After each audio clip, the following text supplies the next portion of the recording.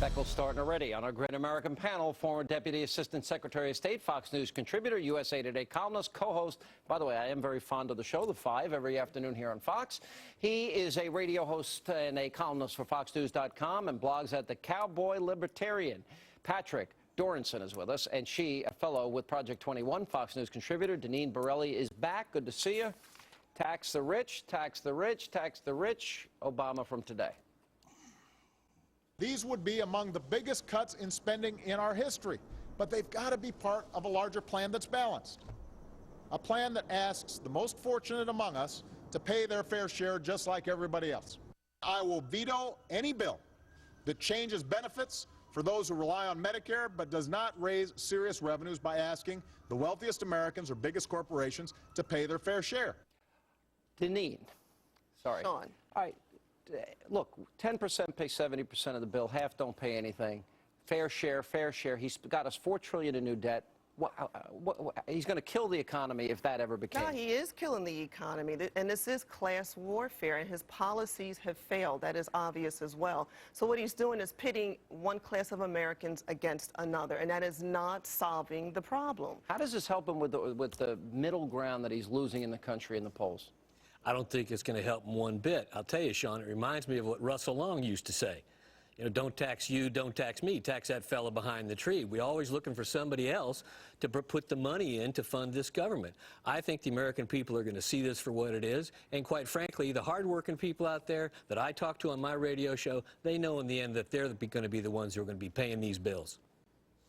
Think you could run that clip a few more times? Oh. Okay, that's really interesting. I'm very fascinated by it. Let me make a couple things clear here about class warfare. Class warfare, by your definition here, is we're talking about 2% of the American people versus 98%. That's not class warfare, one. Two, when you say 46% of the American people don't pay taxes. Well, 40, 50. 50, fine. 50, let's make it 60. They pay payroll taxes, which are a larger They don't pay percentage. federal income tax. Excuse me. They get that money back. Wait a second. Payroll tax is a cut. It's more out of their income than certainly out of your income, what you pay for maybe not in your situation. It's decidedly different than most. But in my case, for example, I pay a higher percent. I pay a lower percentage than a lot of these people. What are you smiling about? Because you're so full of crap. It's well, you know what? unbelievable. What do you expect? I mean, I've been listening to this crap all day long. I mean, you tax me.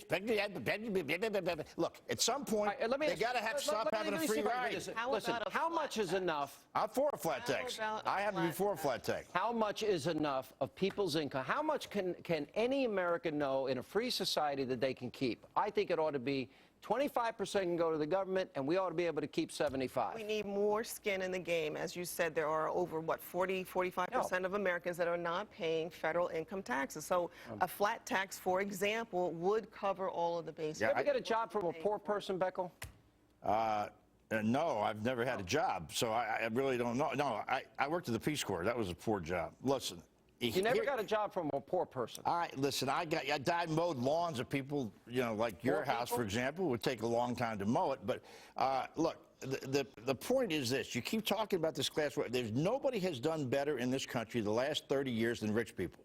And I don't think they've paid their fair share. It's about time they start to pay their fair share. Rich when you have Sean, people who are not paying federal income taxes. Sean, you know what the class warfare? You know what the class warfare is in this country? It's the political war. It's the political class, the permanent political class that is sitting in Washington D.C.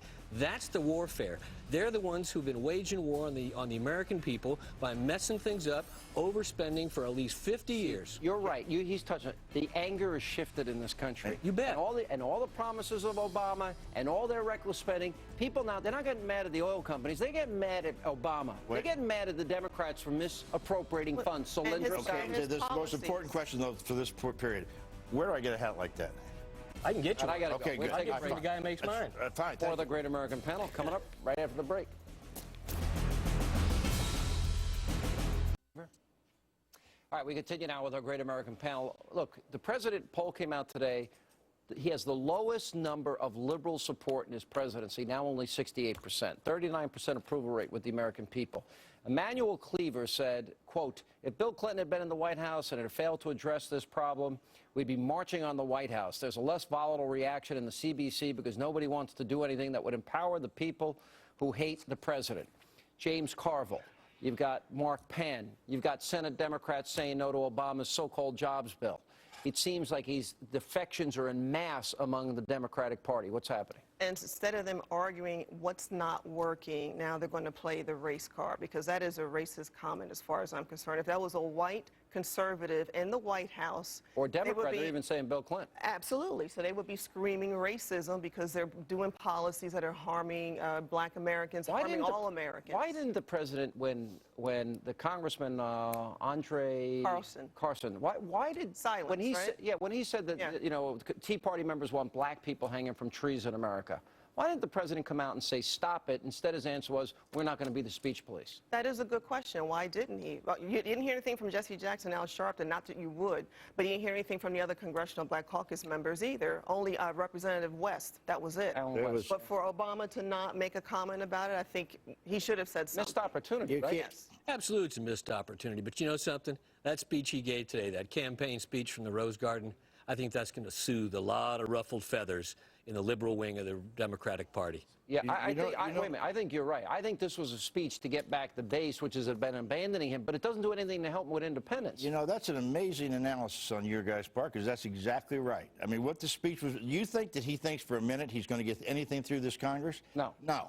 Right? So if you're going to get something out there as a message, you're going to get it out to your base, which has to be rallied. These people are not going to go to a bunch of right-wing Republicans next year, but he needs to get them back before he can work on independence.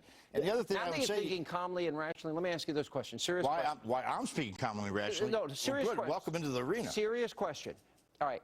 The only reason he won is because he had independence. He's lost them in droves. That speech is not going to get back the independence. No, it's not. But that voted for him. You know what is going to get him back is that eventually you have to run against somebody, and if that somebody is Rick Perry, or as I call him, the Lone Ranger of the West, and people start to see how far. Excuse me, with all due respect to your hat. You mean the guy that created half the jobs in the last couple of years? The guy that took over governor was 4.2% unemployment. Now it's 8.4%.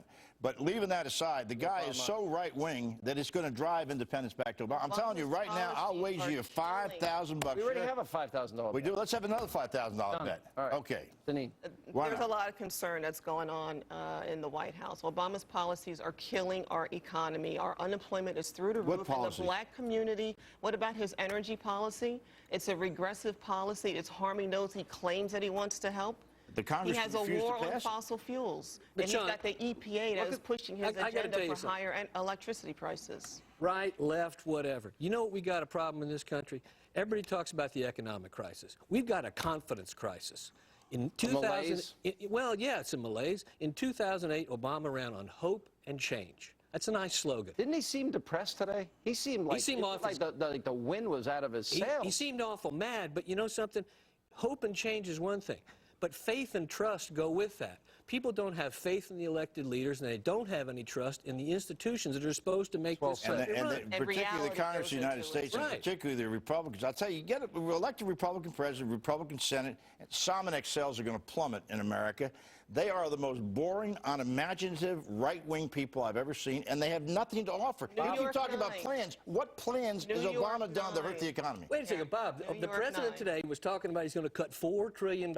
Yeah. That's $400 billion over a 10-year period. That is chicken feed when you're adding to the deficit every year. Chicken feed? Chicken feed. You know, that's the problem with you guys with cowboy hats. You always have to use the animal analogy. Well, I got to tell you something. You know, you're going to cut $400 billion out of a budget that's so huge, and you're adding to that debt every year, and he's never talking about it. You know, it's a good thing you're not from Texas, because in Texas, men are men and sheep are afraid. Go ahead.